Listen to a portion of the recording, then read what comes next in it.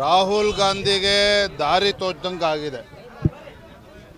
ಲೋಕಸಭಾ ಚುನಾವಣೆಯಲ್ಲಿ ಜನರನ್ನ ಆಮರಿಸಿ ಕೇಂದ್ರದಲ್ಲಿ ಅಧಿಕಾರಕ್ಕೆ ಬರ್ಬೋದು ಅನ್ನೋ ಭ್ರಮೆನಲ್ಲಿದ್ದರು. ಇವತ್ತು ಅವರಿಗೆ ಸತ್ಯ ಅರಿವಾಗಿದೆ. ಇವತ್ತು ಪ್ರಜ್ವಲ್ ರೇವಣ್ಣ ಅವರ ಪ್ರಕರಣದಲ್ಲಿ DK ಶಿವಕುಮಾರ್ ಅವರು 2 ತಿಂಗಳಿಂದ ಪೆನ್ಡ್ರೈವ್ ಹಿಡ್ಕೊಂಡು ಏನು ಮಾಡ್ತಾ ಇದ್ರು, 2 ತಿಂಗಳಿಗೆ ತನಕ ಪೆನ್ಡ್ರೈವ್ನ ಹಿಡ್ಕೊಂಡು DK ಶಿವಕುಮಾರ್ ಅವರು ಅವ್ರ ಬಳಿನೇ ಹಿಡ್ಕೊಂಡಿದ್ರು. ಯಾಕೆ ಆಗ್ಲೇ ತನಿಖೆಗೆ ಒಳಪಡಿಸ್ಬೋದಿತ್ತಲ್ಲ. ಇದನ್ನೆಲ್ಲ ಬಿಟ್ಟು ಇವತ್ತು ಈ ರೀತಿ ರಾಜ್ಯ ಸರ್ಕಾರ ಒಂದು ಬೇಜವಾಬ್ದಾರಿತವಾಗಿ ನಡೆದುಕೊಳ್ತಾ ಇರ್ತಕ್ಕಂಥದ್ದು. ಮತ್ತೊಂದು ಕಡೆ ರಾಹುಲ್ ಗಾಂಧಿ ಅವರು ಈ ರೀತಿ ಬೇಜವಾಬ್ದಾರಿ ಹೇಳಿಕೆ ಎಲ್ಲವನ್ನು ಕೂಡ ಗಮನಿಸ್ತಾ ಇದ್ದಾರೆ. ಇವರೇನೇ ಡ್ರಾಮಾಬಾಜಿ ಮಾಡಿದ್ರೂ ಸಹ ಇದ್ಯಾವುದೂ ಕೂಡ ಭಾರತೀಯ ಜನತಾ ಪಾರ್ಟಿಗೆ ಹಿನ್ನಡೆ ಆಗೋದಿಲ್ಲ.